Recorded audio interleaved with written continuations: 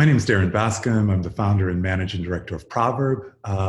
As an agency, we focus on placemaking and place branding. And by that, what we mean is, physical spaces. So a lot of the work that we do revolves around many different types of commercial real estate, from housing to office buildings to new neighborhoods. In addition to that work, we work with municipalities, cultural institutions, healthcare institutions. And really what we're looking to do is to create environments that are inspired, that are inclusive, and that yield in places that people love. Hello, my friend. How are you doing? Things are good. It's so good to see you. I love that the beard is nice and growth, but even better that the poster behind you has the. Yeah, I've got goals, right? So, so if I keep drinking milk, this is where I may end up. I think it's like awesome. I was like looking at you and talking to you, and I'm like, does he realize that the poster behind him with a guy that has a stellar beard is great? Yeah.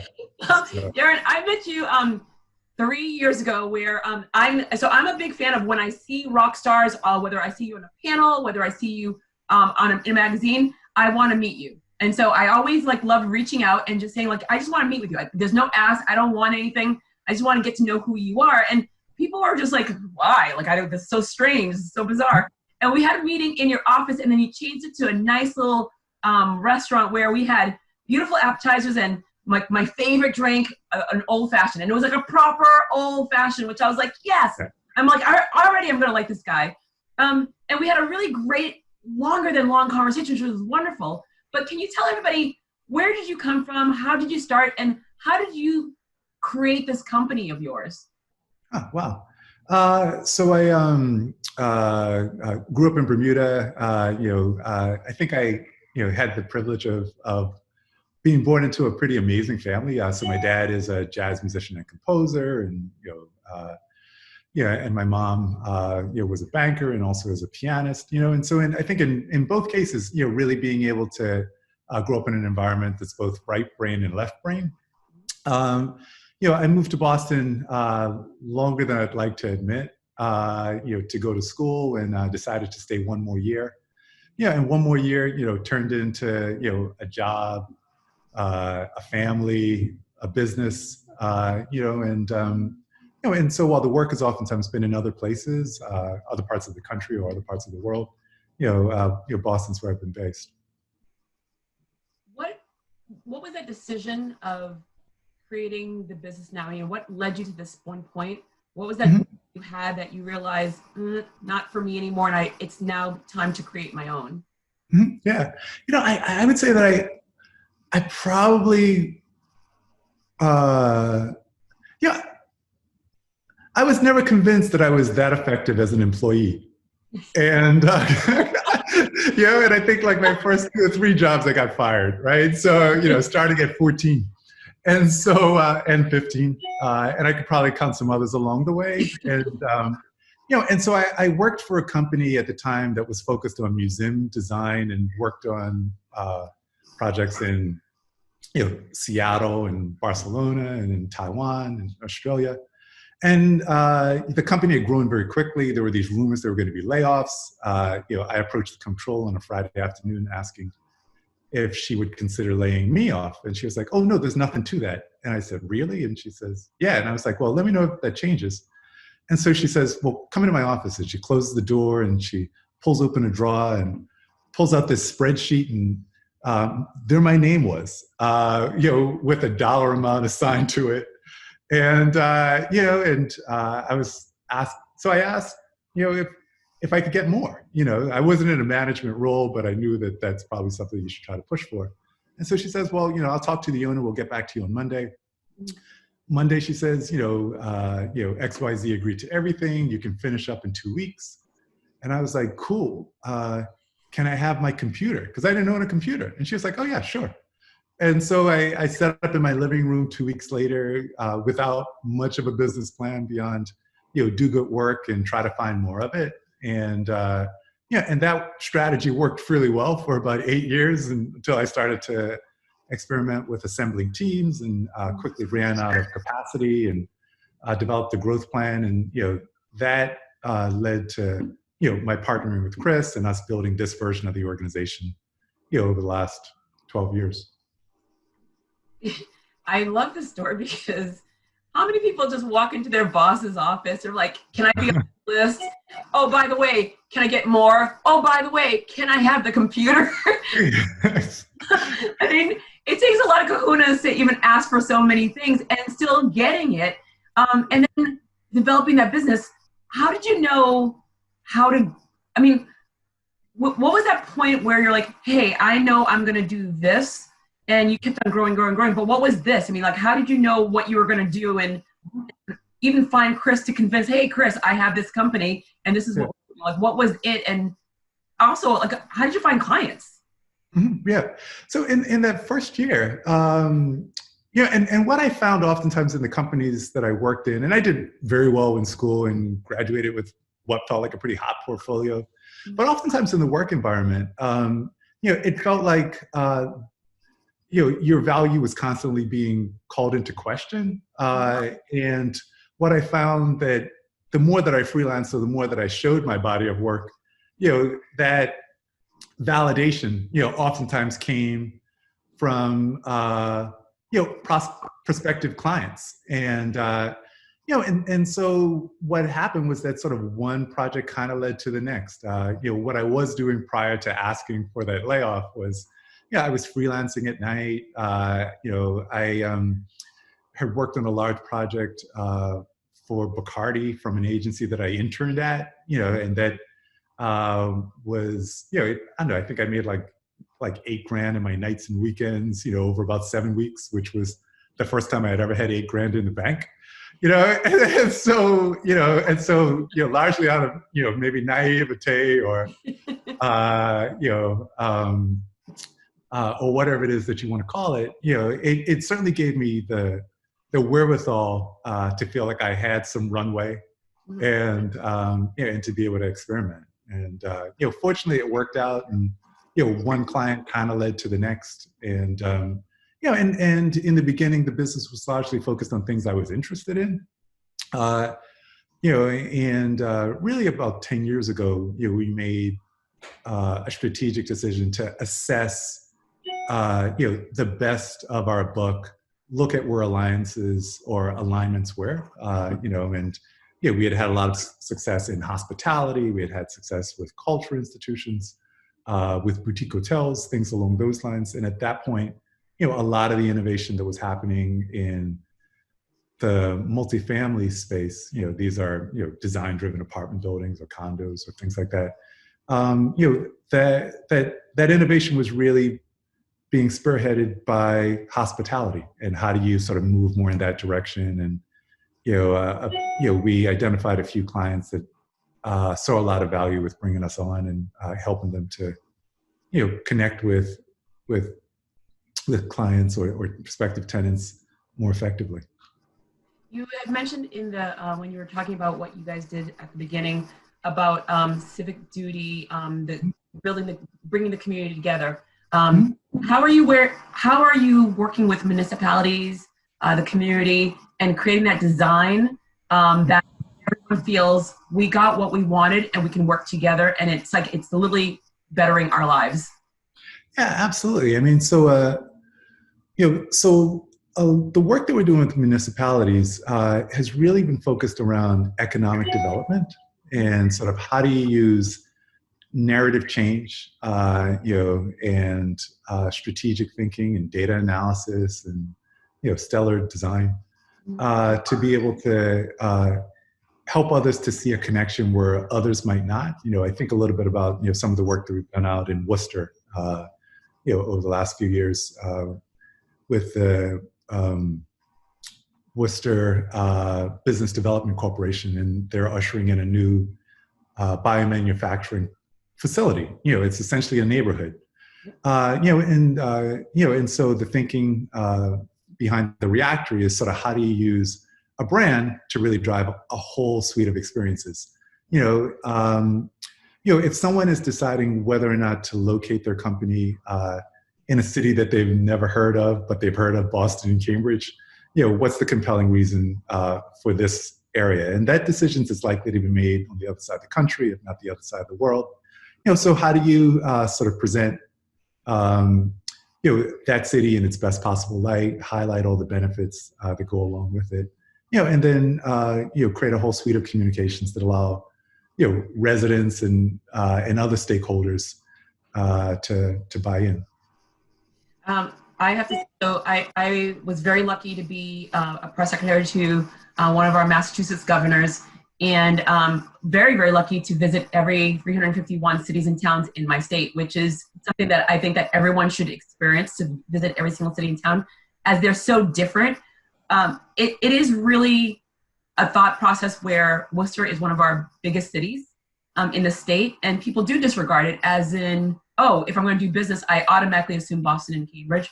I think that that you're doing to bring more attention to the areas where a large company in another country or another state would benefit. There's like so many different benefits instead of just being in the city of Boston or in the city of Cambridge, where people only hear those names and not realizing there's so much more to our state.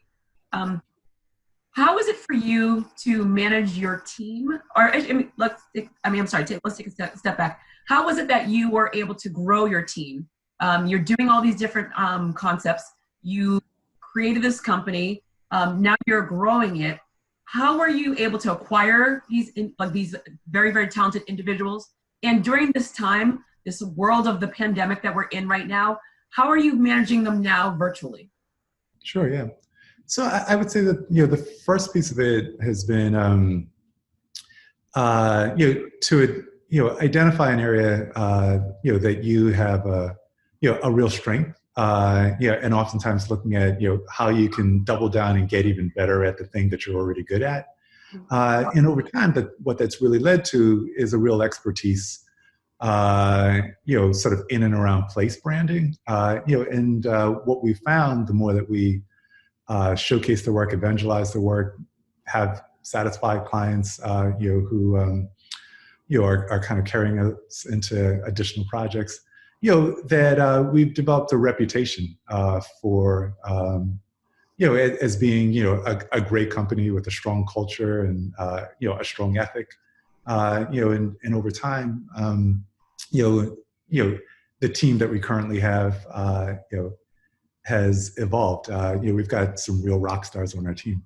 In and around COVID, the upside is that we were able to make the decision to go virtual a little sooner than we absolutely needed to. And what that allowed us to do was to put stronger systems into place. It's one thing to have one or two people working remote, every once in a while. It's a whole other thing for the whole thing to go virtual.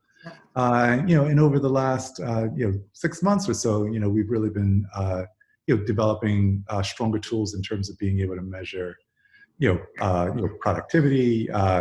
We've spent a lot of time looking at ways in which we can maintain connectedness, both formally and informally. So we have a couple of daily check-ins. It's everything from that to virtual happy hours. We even gave everyone on the team a stipend, in the month of April to use however they want to, as long as it positively impacts their mental health. And it's, we've gotten reports of everything from people buying, canoes to turntables, to woodworking equipment, and so, so we really do try to, bring, a level of, humanity and, sensitivity, to the folks that we, work with, rely on, and experience on a daily basis. So the question is, how, not only, all right, so I love that what you're doing for your staff. I think that's phenomenal. It shows great leadership. I think that's one of the things that I'm enjoying hearing so much more of, how you appreciate your staff, but also what you're doing to make sure that they're A-okay, professionally and personally. How are you able to keep in touch with your clients to make sure that they're not only okay, but also their businesses? Because as you've heard, so many different businesses are in flux, and maybe someone that wants to start a project with you before they were really excited, and now they're like, am I even going to be open by the end of the year? Mm-hmm. How are you guys trying to figure out a strategy of how do you keep those customers aware that you're around, keep them going and getting them excited, but also finding ways to make sure that they have companies to go back to when this, when this is, I'm not gonna say when it's over, but when it's changed. Yeah. Yeah, I would say the first piece of it is that we feel incredibly fortunate, and I feel incredibly fortunate, that we have a company that we've been able to both operate in a virtual environment, and that we've been in industries that, at least in the short term, have continued to be able to move forward. That being said, we've been really trying to over communicate with our clients, and oftentimes it's checking in, even if there isn't necessarily an agenda. Wanting to figure out if there are ways in which we can be helpful. We've really tried to be as flexible as we can be. Both with new and existing clients. In everything from ways in which we might problem solve to, in some cases, payment terms, or even what it is that we deliver. There was a great piece of advice that I heard during the '08 downturn, and it was really that that a crisis is a terrible thing to waste. And I'm sorry, I have to stop you for a second. I love that. Yeah. Brilliant. Right. Yeah. And so, it really is, a moment that forces you to make, hard decisions, oftentimes can force you to, to innovate, or to sort of rethink what really is core, and that could be anything from, a financial analysis of your company to your product mix or anything else, when things, start to return, if your competitors have innovated and you haven't, you're at a real disadvantage, and so, on a weekly basis, we're looking at, everything that we can do, in the available time, to be as effective as we can be, and to try to position ourselves as strongly as we can, whenever things start to correct. And I think we're going to be in this for a while. Yeah, I think that you're right. For me, one of the reasons why I have these conversations now with all of the innovators in my life, I was tired of seeing not enough stories out there in the media about great small businesses that are working, innovators and small businesses, NGOs that were working, and I was watching them. I was seeing emails, I was seeing all these different things on social media, but yet you never saw it in the news, you never saw it in the newspaper, and you were seeing only small amounts of people. And I'm like, you know what? I want to have these conversations because you guys have the rest of the story of what you did and why you're doing it. So I have to ask the question. I haven't asked the question, but more so, what's some advice that you would give to anyone that is looking to start a business right now? They are home, they've been furloughed, they've been fired, they're working, and they're just, you know what, I'm not happy. I realized after 10 weeks, I'm just not happy where I am. And maybe this was the little kick in the tush to get something going. What would you tell someone that's looking to start a business, the good parts and the bad parts about going into this endeavor?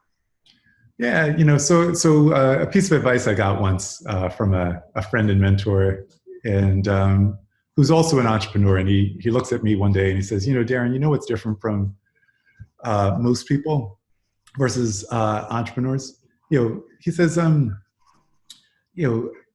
most people, if they're smart, they look before they leap. And he said that, oftentimes with entrepreneurs, you have to leap and then look for rope. And, and that doesn't mean that you don't have a plan. If someone's looking to start a company, I would certainly first, ask them to do a very hard analysis to identify whether they really do have a product or a service. And even if you have those two things, do you really have a business? And, and so it needs to be, replicable into the future. You have to have sort of a clear runway into profitability, or at least if the business is being funded off of its revenues. If you have some other source, then it's different. And to really do a gut check on sort of why it is that they're really looking to start. I don't know that being unhappy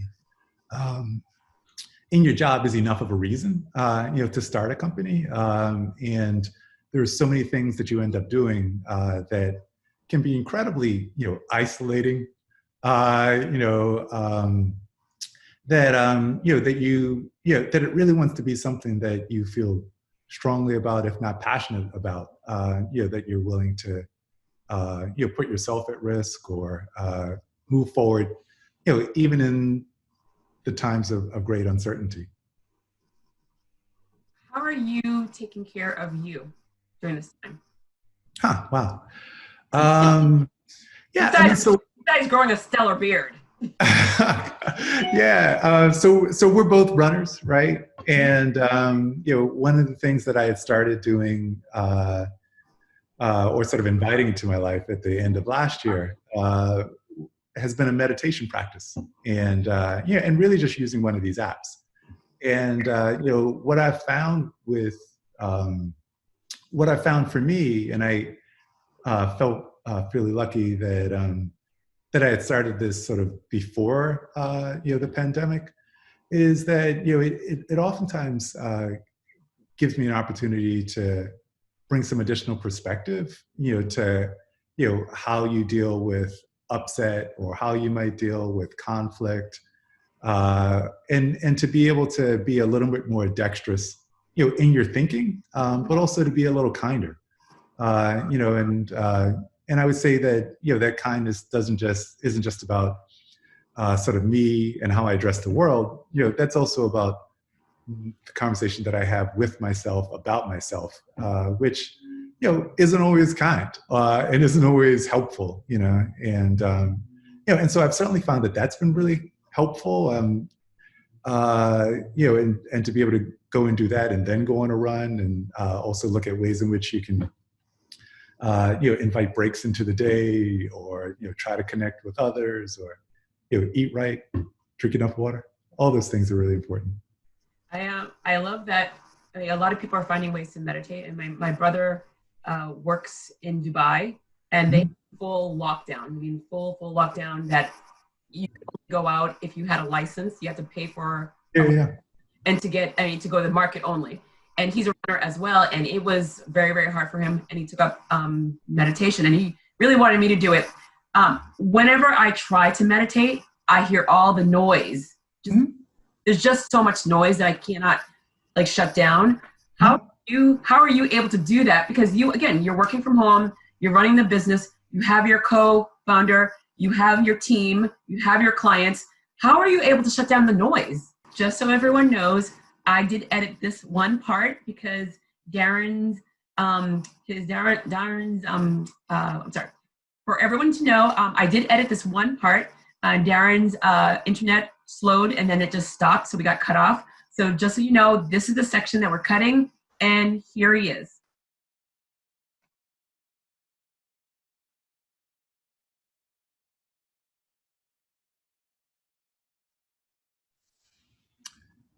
I'm not sure what happened there, but that's okay, because you know what? I don't cut anything, but this is where I literally just said that I'm cutting right back to you, so that way the little gap. So this is great. Okay, great. And we're good. You were just talking about your brother. Well, you were talking about meditation and your mind. Yep. And so my mind is I can't turn off when it comes to just a form of meditation that I read about. So how do you turn off the noise? I mean, you have so much going on, where it's you, the company, it's your co-founder, it's your team, it's your clients.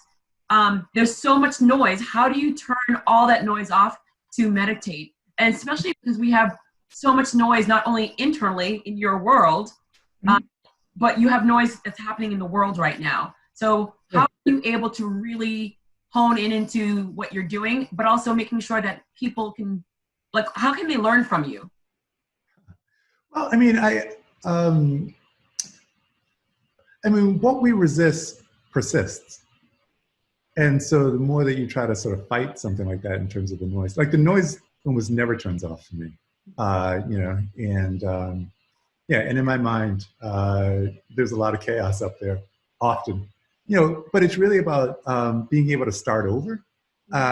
And to me, that's probably the biggest thing that I've gotten out of the practice is that you can always begin again, you know, so you're able to do this, you know, and you might get 3 seconds, you might get to 30, you know, and if things come up, but being able to sort of make adjustments or to not get upset by it, or being able to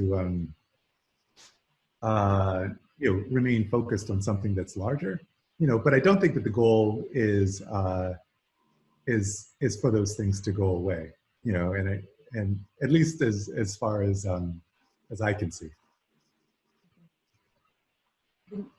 What's happening with the noise in the industry? You're looking at your company as an internal, but the industry wide, what's the noise that you're observing, and how do you think that we will recover once this is over? What's the ripple effect of the corona, in your opinion? Yeah, I think that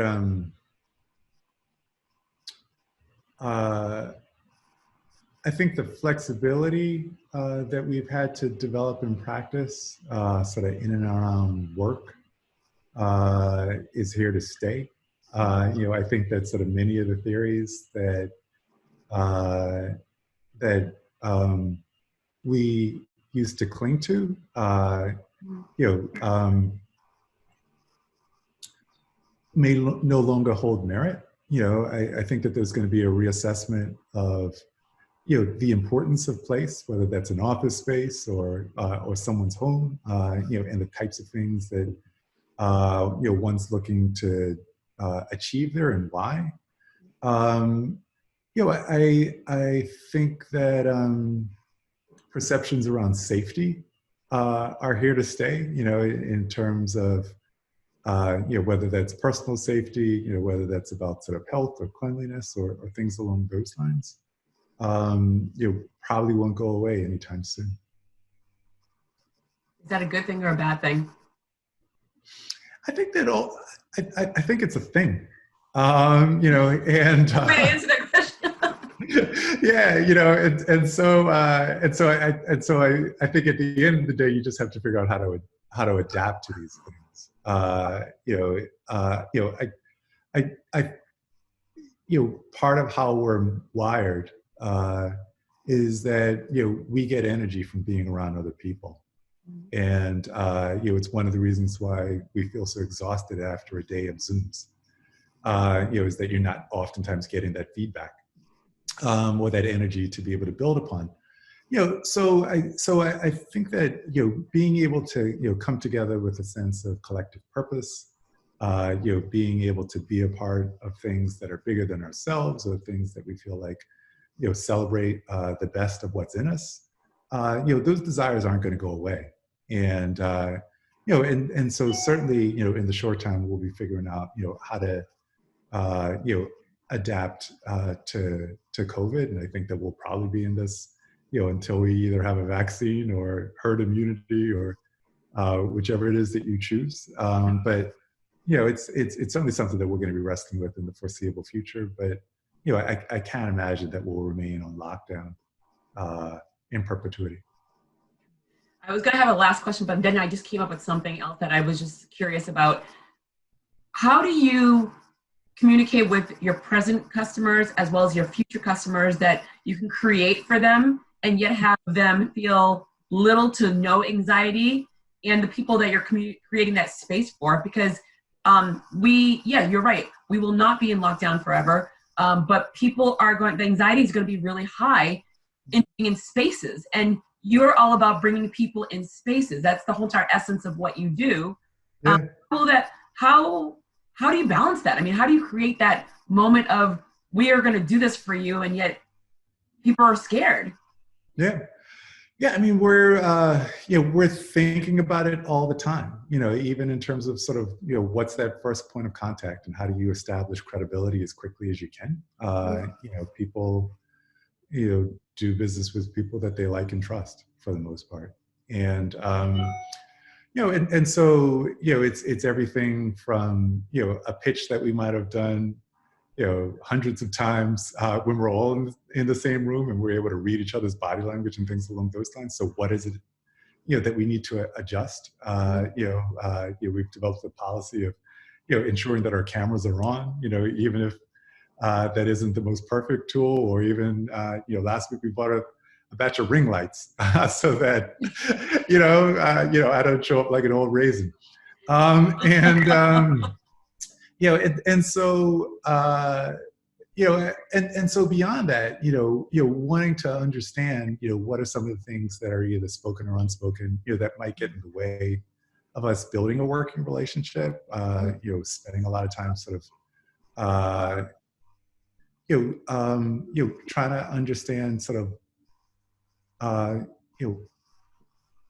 trying to understand, sort of what the factors are, what are the group dynamics, things along those lines. What are their definitions of success, and really underscoring ways in which we can help them to achieve those goals.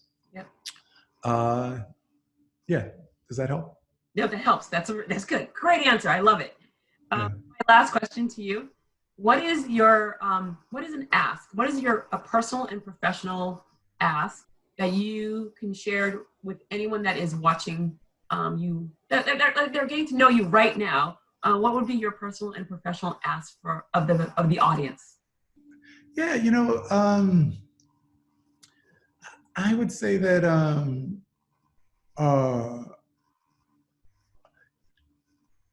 certainly people are more than welcome to reach out, to me directly, or through LinkedIn, or through any of the other platforms.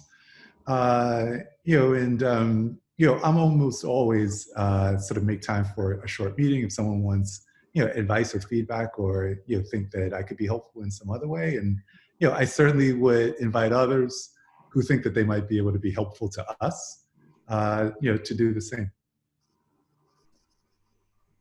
I literally do. I adore you. I mean, I can say this about every single person I speak to, because if I meet you, you're pretty much stuck with me.